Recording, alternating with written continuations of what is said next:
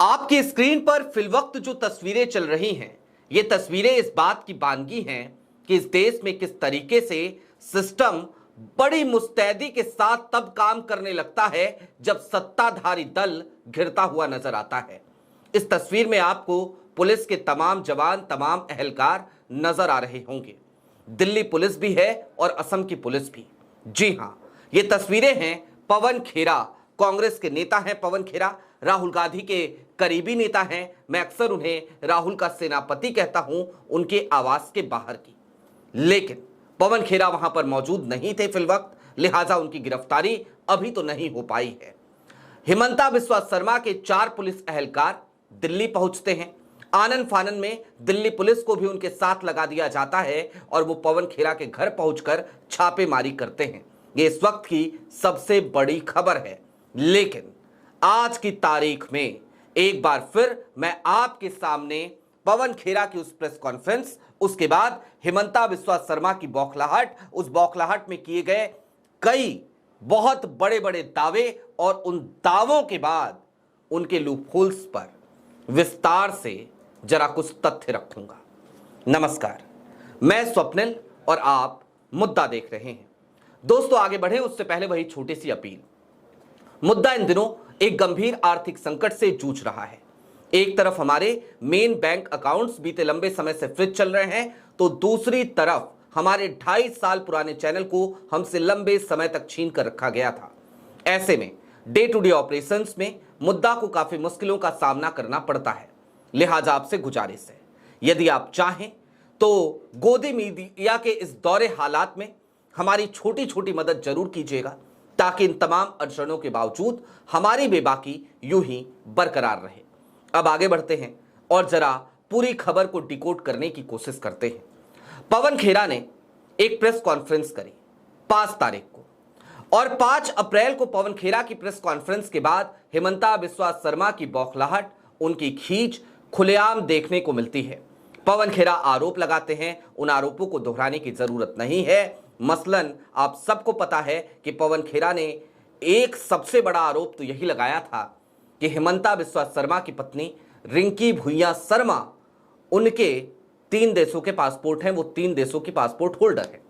पवन खेरा यही नहीं रुकते, वो ये भी कटाक्ष करते हैं कि जो हिमंता बिस्वा शर्मा रात दिन माइनॉरिटीज को लेकर और माइनॉरिटीज के खास तबके को लेकर नफरती बयान देते हैं, उनकी पत्नी एक माइनॉरिटी बहुल्य देश में, यानी कि मुस्लिम देश में, यानी कि इस्लामिक स्टेट्स की आखिरकार पासपोर्ट होल्डर क्यों है। इसके बाद से हंगामा मचना शुरू होता है, लेकिन इन हंगामों के बीच हिमंता बिस्वा शर्मा सामने आते हैं, खूब सारे तथ्य, खूब सारे सबूत लेकर, और कुछ ऐसी बातें करते हैं जिसके बाद लगता है कि पवन खेरा से बड़ी गलती हो गई। पवन खेरा ने तो आत्मघाती कदम उठा लिया। पवन खेरा ने जो कुछ भी किया, ऐसा लगता है जैसे इससे कांग्रेस बैकफुट पर आ जाएगी। लेकिन क्या वाकई में कांग्रेस बैकफुट पर जा रही है, या फिर कि हिमंता बिस्वा शर्मा खुद अपने ही जाल में फंसते हुए नजर आ रहे हैं? अब जरा इसको समझिए।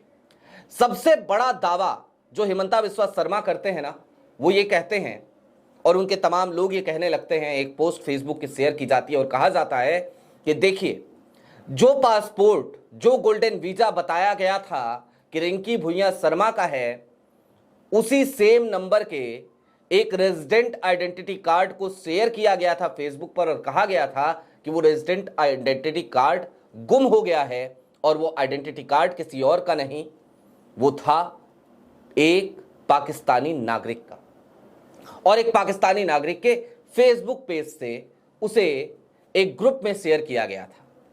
जैसे ही ये बात हवाओं में फैलती है, भारतीय जनता पार्टी को एक जीवन दान मिल जाता है। लोग पवन खेरा की पीसी को, और खास तौर पे हिमंता बिस्वा शर्मा पवन खेरा की प्रेस कॉन्फ्रेंस को पाकिस्तान से जोड़ने लगते हैं और कहने लगते हैं कि ये सब कुछ पाकिस्तान के इशारे पर किया जा रहा है। लेकिन क्या वाकई में पवन खेरा ने ऐसा किया था? मैं आपकी स्क्रीन पर एक फेसबुक पोस्ट और दिखाना चाहता हूं, आज से 2 सप्ताह पहले की, यानी कि पवन खेरा ने जिस वक्त ये प्रेस कॉन्फ्रेंस करी उससे काफी पहले की। देखिए, आपकी स्क्रीन पर है, टीपू सुल्तान नाम के उसी यूजर की ये पोस्ट है, और वो सीधे तौर पे लिखता है कि उसका फेसबुक हैक हो चुका है। यानी कि उसके फेसबुक को हैक करने के बाद किसी ने एक दस्तावेज साझा किया और कहा कि मेरी चीजें चोरी हो गई हैं। आसान भाषा में समझिए इसे। पवन खेरा प्रेस कॉन्फ्रेंस करने वाले हैं। फिलवक्त ऐसा लगता है ये बात हेमंता बिस्वा शर्मा को पहले से पता थी। वो क्या क्या दस्तावेज साझा करेंगे, ऐसे अनुमान लगाए जा सकते हैं कि ये बात भी हेमंता बिस्वा शर्मा को पहले से पता थी। किसने बताई होगी, कहने की जरूरत नहीं है। कांग्रेस में बहुत सारे स्लीपर सेल, बहुत सारे गद्दार हैं, वो ये काम बहुत आसानी से कर सकते हैं। उनमें से ही किसी ने किया होगा, इसमें कोई दो राय नहीं है, इसमें कोई शक करने की जरूरत भी नहीं है, कोई संदेह करने की जरूरत भी नहीं है। लिहाजा एक फेसबुक पोस्ट किया गया और उस फेसबुक पोस्ट में पहले ही कर दिया गया पवन खेरा की पीसी के कि भैया ये दस्तावेज अमुक अमुक दस्तावेज गायब हुए हैं। लेकिन ये सिर्फ एक गोल्डन वीजा का मामला है। पवन खेरा ने इजिप्ट का पासपोर्ट भी दिखाया था, बरबूदा का पासपोर्ट भी दिखाया था। उनका क्या, तो इजिप्ट की गवर्नमेंट के सोर्सेज के हवाले से खबर चलाई जाने लगी कल की तारीख में। आपको याद है ना, सोर्सेज के हवाले से भारत में कितनी खबरें चलाई जाती हैं, उनमें से कितनी फर्जी निकलती हैं। मसलन सोर्सेज के हवाले से एक बार खबर यह भी चल गई थी कि एलपीजी संकट के बीच जिन लोगों के पास डबल सिलेंडर हैं उनको अब 35 दिन बाद ही सिलेंडर मिल पाएगा, वो 35 दिन बाद ही रिफिल करा पाएंगे। फिर इस खबर का खंडन पीआईबी करती है, कहती है नहीं नहीं, सोर्सेज के हवाले से जो ये खबर चली थी ना, ये गलत है। ये एक तरीका और तरीकेकार बन गया है कि सोर्सेज के हवाले से खबर चला दो और उसके बाद से ये कह दो कि नहीं ये खबर फर्जी है, ये खबर गलत है। एप्स्टीन फाइल के मामले में भी सोर्सेज के हवाले से बहुत सारी खबरें चली थी। खैर, अब गोदी मीडिया के इन सोर्सेज, इन सूत्रों की तरफ जाना बेमानी लगता है, क्योंकि वो सूत्रों के हवाले से ही बता रहे हैं कि भाई इजिप्ट की सरकार ने और उस इजिप्ट सरकार के सूत्रों ने यह बताया है कि पवन खेरा ने जो पासपोर्ट शेयर किया इजिप्ट का, रिंकी भुइयां शर्मा का, वो फर्जी है। अब फर्जी है कि नहीं है, क्या है वास्तविकता, क्या है पवन खेरा के आरोपों में, हम भी तो ये जानना चाहते हैं। जिनके ऊपर आरोप लगाए जा रहे हैं वही अपनी सफाई में ना जाने क्या क्या कह रहे हैं। हम उनकी बातों पे भरोसा करें तो कैसे करें, ये एक सवाल पैदा होता है। जांच तो इस देश की किसी निष्पक्ष एजेंसी को करना चाहिए। वैसे निष्पक्षता की बात करना इस देश में आज की तारीख में और ज्यादा बेमानी है। अब ये तो हो गई पहला आरोप 3 पासपोर्ट का। पवन खेरा गिरफ्तार होंगे नहीं होंगे इस पे अभी आगे चर्चा करते हैं, लेकिन उससे पहले कुछ और समझिए। हेमंता जी की जरा बौखलाहट को देखिए आप कि बौखलाहट में किस तरीके के लूपहोल्स, किस तरीके की गलतियां वो कर रहे हैं।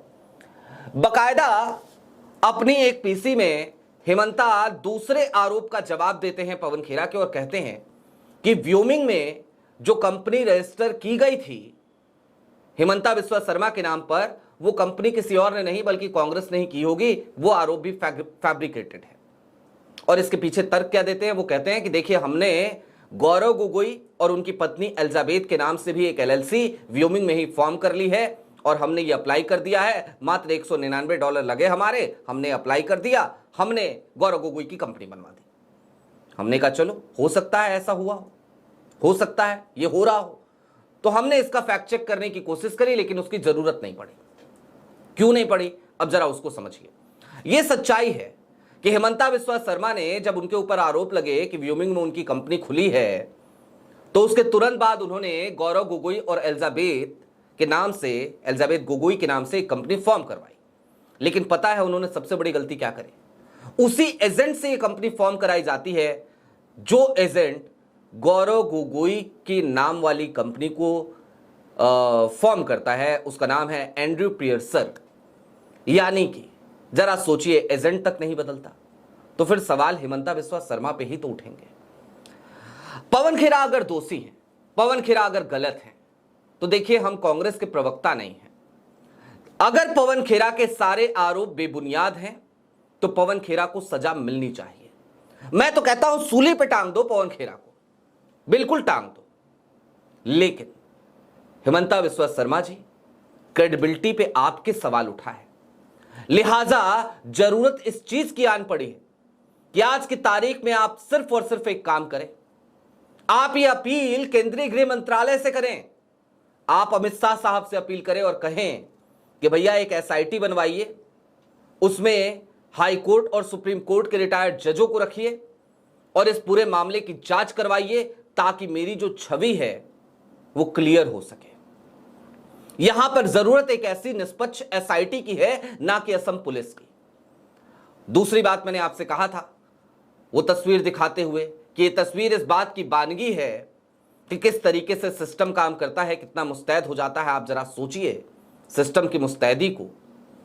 इसी तरीके की मुस्तैदी हमको देखने को मिली थी जब एआई समिट के दौरान यूथ कांग्रेस ने प्रोटेस्ट किया था।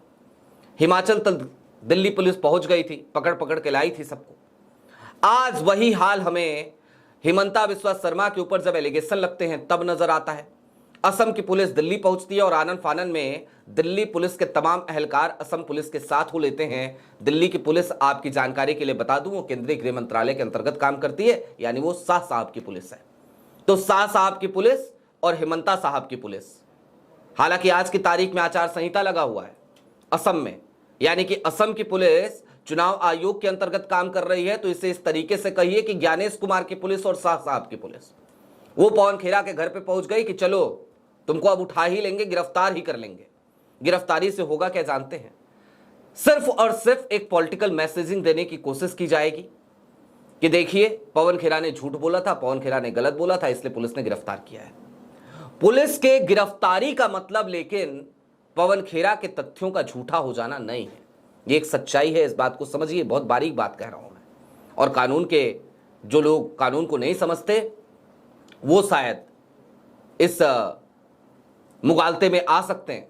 इसलिए मैं इस बात को रेखांकित करना चाहता हूं, अंडरलाइन करना चाहता हूं कि पुलिस की गिरफ्तारी का मतलब व्यक्ति का अपराधी हो जाना नहीं होता है, लेकिन पॉलिटिकल मैसेजिंग जरूर चली जाती, और उसी की कोशिश आज असम की पुलिस ने करी। हालांकि पवन खेरा वहां पर अपने घर पर, अपने आवास पर दिल्ली स्थित मौजूद नहीं थे। सूत्र बता रहे हैं कि पवन खेरा वहां पर नहीं थे।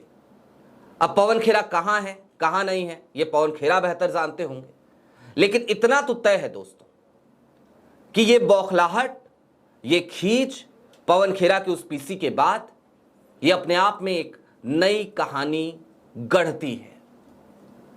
हम भी उन सवालों का जवाब जानना चाहते हैं, लिहाजा हम भी सिर्फ सवाल उठा रहे हैं और हम भी समझना चाह रहे हैं कि आखिरकार इस पूरे मामले की वास्तविकता क्या है, और इसे समझने का या इसको जानने का एकमात्र तरीका और तरीकीकार एक निष्पक्ष एसआईटी ही हो सकती है। असम की पुलिस की जांच पर इस मामले में भरोसा कोई कैसे करे, आप खुद सोचिए, जब असम के मुख्यमंत्री की पत्नी पर ही इस तरीके के आरोप लगाए गए हों।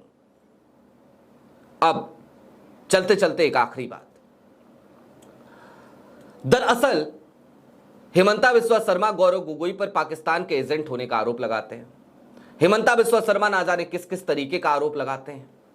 उन तमाम आरोपों के मद्देनजर जब हिमंता गौरव गोगोई को देशद्रोही करार दे देते हैं तो उनके मद्देनजर तो यह आरोप बहुत छोटा सा आरोप है जो पवन खेरा ने लगाया। आपकी क्या राय है वो हमें कमेंट बॉक्स में जरूर बताइएगा। अभी के लिए दीजिए इजाजत। चलते चलते फिर वही अपील, चैनल पर नए हो तो सब्सक्राइब करते हुए जाइएगा, सक्षम हो तो मुद्दा की छोटी छोटी मदद जरूर कीजिएगा। बहुत शुक्रिया।